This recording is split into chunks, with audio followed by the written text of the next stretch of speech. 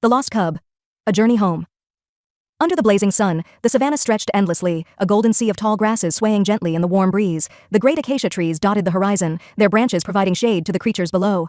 This was a land of beauty, danger, and freedom, a place where every animal knew its place in the circle of life. Among the inhabitants of this vast landscape was a pride of lions, led by the wise and powerful king, Mufasa. In the heart of the pride, a young lion cub named Kopa lived with his parents. Curious and adventurous, Kopa was full of energy and always eager to explore the world around him. He often roamed the savannah with his best friends, a mischievous meerkat named Timo and a gentle zebra named Zuri. Together, they embarked on countless adventures, discovering the wonders of their homeland. But one day, their adventure took a turn that none of them could have anticipated, a journey that would test their friendship, courage, and determination. It was a bright and sunny morning when Kopa, Timo, and Zuri set out from the safety of the pride's territory. The three friends had heard stories of a hidden watering hole deep within the savannah, a place where the water was said to be so clear that it sparkled like diamonds in the sunlight. Eager to see it for themselves, they decided to venture out and find this legendary oasis. "Kopa, are you sure we should go this far?" Zuri asked nervously as they walked through the tall grasses. "We've never been this far from home before." "Don't worry, Zuri," Kopa replied with a confident grin. "We'll be back before anyone even notices we're gone. Besides, I want to see that watering hole. Imagine how amazing it must be." Timo, always the troublemaker, hopped onto a nearby rock and looked out over the savannah. "Yeah, Zuri, don't be such a worrywart. We're lions. Well, Kopa's a lion at least, and we can handle anything." Despite her initial hesitation, Zuri couldn't help but smile at her friend's enthusiasm. Together, they pressed on, following the distant sound of running water. As the sun climbed higher in the sky, the three friends found themselves deep within the savannah, surrounded by unfamiliar terrain. The tall grasses had grown thicker, and the trees more sparse.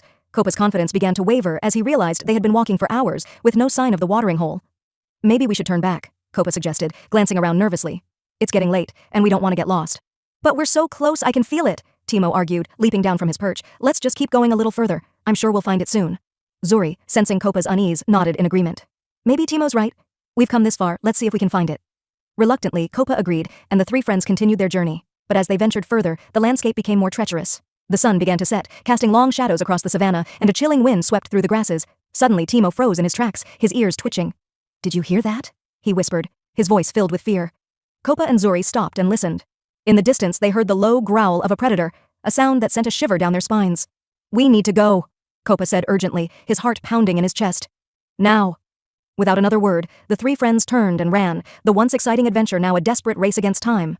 But as they fled, the unfamiliar terrain confused them, and they quickly became disoriented. The sun had dipped below the horizon, plunging the savannah into darkness. As night fell, the friends found themselves in a dense thicket, far from the safety of their pride's territory. Exhausted and frightened, they huddled together for warmth, their hearts heavy with fear and regret. "I'm sorry," Kopa whispered, his voice choked with guilt. "I never should have let us out here. We're lost, and it's all my fault." Zuri nuzzled her friend reassuringly. "It's not your fault, Kopa. We all wanted to find the watering hole. We'll figure out a way to get back home." Timo, usually full of energy and jokes, was unusually quiet. He stared at the ground, his tail drooping. "Yeah, but how? We don't even know where we are."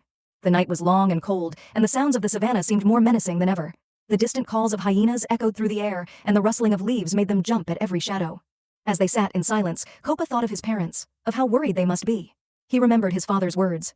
A lion must always know his way home. But now, Kopa felt more lost than ever. "Maybe we should just stay here until morning," Zuri suggested softly. "It'll be easier to find our way in the daylight." Kopa nodded, though he wasn't sure if staying put was the right decision. But with no other options, the three friends curled up together and tried to sleep, hoping that the morning would bring them a solution. The first light of dawn brought a renewed sense of hope to the lost trio. As the sun rose, casting a warm golden glow across the savannah, Kopa stood up and stretched. The world around them seemed less frightening in the daylight, and the familiar warmth of the sun gave them the strength to continue. "Okay," Kopa said, trying to sound confident. "Let's try to find our way back. We'll look for landmarks, anything that might lead us home."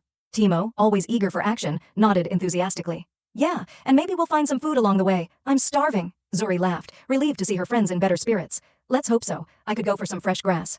As they set off, the three friends kept their eyes peeled for anything familiar. They walked for hours, their stomachs growling and their legs growing tired.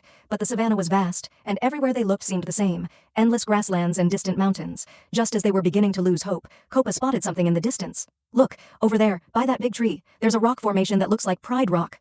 Zuri squinted in the direction Kopa was pointing. "You're right, that must be the way home." Filled with renewed energy, the friends hurried towards the rock formation, but as they drew closer, they realized that it wasn't Pride Rock after all. It was just a similar-looking outcrop. Kopa's heart sank, but he refused to give up. "We can't stop now. We have to keep going. We'll find our way back. I know we will." Timo and Zuri nodded in agreement, though their legs were weary and their stomachs empty.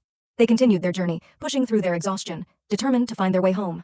As the day wore on, the friends found themselves in an unfamiliar part of the savannah. The tall grasses were replaced by rocky terrain, and the air was cooler with a faint smell of water. But there was something else, something that made Copa's fur stand on end. "Do you feel that?" Copa asked, his voice barely above a whisper. "Something's not right." Timo sniffed the air, his nose twitching. "Yeah, I smell it too. We should be careful." Suddenly, a loud roar echoed through the rocks, and a large shadow loomed over them. Before they could react, a massive lion leaped out from behind a boulder, his eyes blazing with fury. "Who dares trespass on my territory?" the lion growled, his voice deep and menacing. Copa, Timo, and Zuri froze in terror. The lion was much larger and more powerful than any they had ever seen. His mane was dark and thick, and his claws were sharp as daggers. We're sorry," Copa stammered, stepping in front of his friends. "We didn't mean to trespass. We're just trying to find our way home." The lion narrowed his eyes, his expression softening slightly. "And where is home, little cub?" "Pride Rock," Copa answered, his voice trembling. "We're from the pride of Mufasa." The lion's ears perked up at the mention of Mufasa's name. "Mufasa? You're his cub?" Copa nodded, still shaking with fear. "Yes, my name is Copa, and these are my friends, Timo and Zuri. We got lost while exploring, and now we're trying to find our way back." The lion studied them for a moment before letting out a low sigh. "You're far from home, little one. This is not a safe place for cubs. The hyenas roam these lands, and they would love nothing more than to catch a young lion." Copa swallowed hard, his heart pounding in his chest. "We didn't know. Please, can you help us?"